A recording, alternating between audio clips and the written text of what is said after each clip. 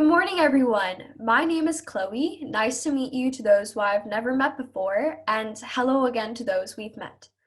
For those of you who know me, you will refer to me as that girl with an extremely high-pitched voice, always a little too energetic, and even the girl who gets pretty ambitious in what she wants to achieve in her life.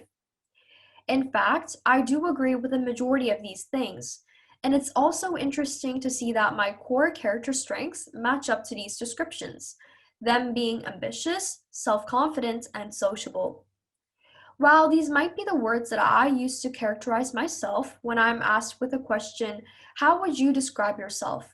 I'm sure that it will become a much more difficult to answer the question, why are you the person you are today?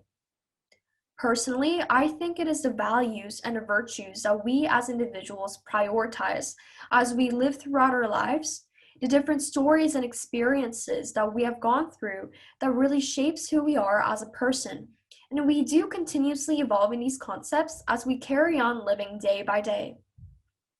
More specifically, I believe it is the different relationships and the wisdom or the lessons that we learn from each other that helps us grow as a person and in the wider prospect, what makes us grow as a community and a society. I absolutely love being surrounded by people and listening to their stories. One of the biggest things I love doing is meeting new people and experiencing new things. I simply love the human to human interactions that we make every day, and it is something that inspires me to look further, to go beyond my comfort zone, or even accomplish something together as a group that might not have been possible to successfully achieve alone. But it was not long ago when I finally realized the worth of the people who are by my side, and the relationship I have with others is one of the most precious part of the life, if it isn't the most important component. Let me take us back into time when I was still living in Korea. When talking about my childhood, my mom always tells me that she would best describe young Chloe O as the most energetic kid she has seen in her entire life. I was one of those kids who absolutely loved taking the lead, presenting things in front of class, and trying new things. Never have I ever missed being the class president for 6 years of elementary school.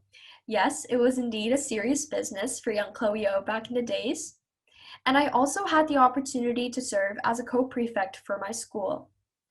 Aside from how my energy looked like academically, I was also overflowing with energy that led me to have my arm ligament elongated while having too much fun in Taekwondo, almost broke my leg while swinging into swings to show my peers how elegantly I can perform the tricks that are labeled as insanely difficult to a typical group of 10-year-olds. And I also always ended up with a scratch or two on my knee after a competitive round of zombie tag after school. This was how I would describe myself as a child in short. But this all changed a little when I first arrived at Canada, and it really made me realize how important language was to communicate and express your opinion. For the first time in my life, I wasn't the most sociable kid in the room, and I also opted out from running from class president. I suddenly became this whole new person who was known as that girl who was pretty good at English but is not good enough to become one of the group. Adapting to a new culture, starting off fresh with different people was quite a difficult and a new journey that I've never faced before. The Chloe O, who used to love spending time with people, slowly became the person who felt more comfortable when she was alone. It was still the same old me, but something did not feel perfectly matched, as if I were missing a little puzzle piece that completed the whole picture. This was the point when I started to see things a little more clearly and directly. While I was relatively a sociable person in the past who loved meeting and spending time with people, I was also so focused on making sure that I was friends with everyone around me and to make sure that people really liked me for who I am. In the past, the value of friendship that I had with people around me was more of an assessment of how attractive I was as a person and how good of a friend I was, more than the value and the deepness of the friendship that I shared with the people beside me. Taking a step back from the past, I got to really see the girl who had an incredible passion for dancing, who usually spent over 6 hours a day practicing, but always radiated positivity in everywhere she goes. I also got to see the girl who was an incredible singer and an extremely talented mathematician who also came out to be an amazing artist. Everyone in the world comes from different backgrounds and walks of life that is filled with a wide variety of experiences that makes each and every one of us different and special. As we gradually age and the more experience we have in our bucket, we eventually start to form our own philosophy, our line of reasoning and thinking, what to value and what not to value. In short, our own beliefs. Of course, even if I still came to have a clearer and a more direct view on the people who surround me, I still have no idea on who they are as a person, as the way I characterize them are still simple descriptions, words that presumably carry meaning, a short definition and a label that tries to summarize who they are, without a great knowledge in why they are the person they are today. But this is what makes us special and unique. We cannot be simply described with a mere combinations of letters and sentences because the value that we carry as an individual is worth so much more than the words can explain.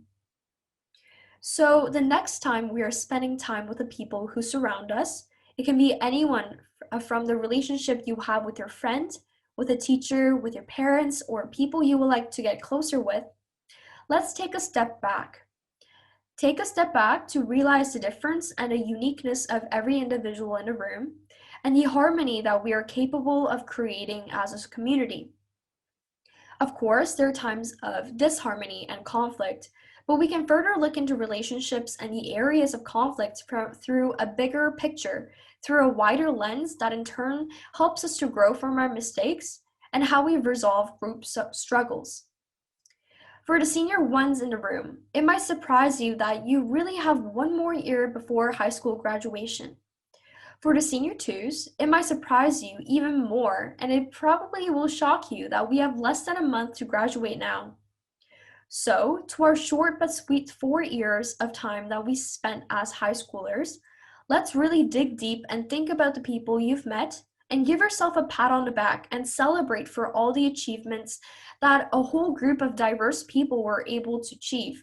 From an amazing arts week that the Arts Council and students were able to create as a group, to the incredible school plays that we've seen before the pandemic, or even to a successful hockey season.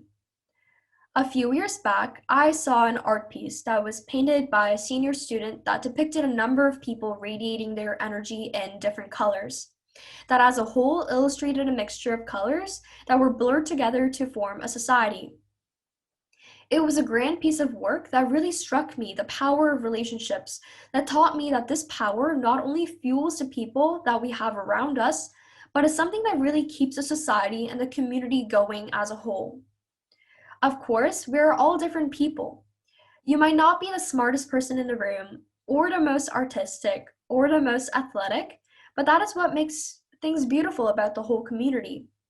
That it is a mixture of colors that really shapes who people become, and ultimately what the society becomes. So, if we go back to the question that really started off this chapel speech, the simple but not so easy question of why are you the person that you are today?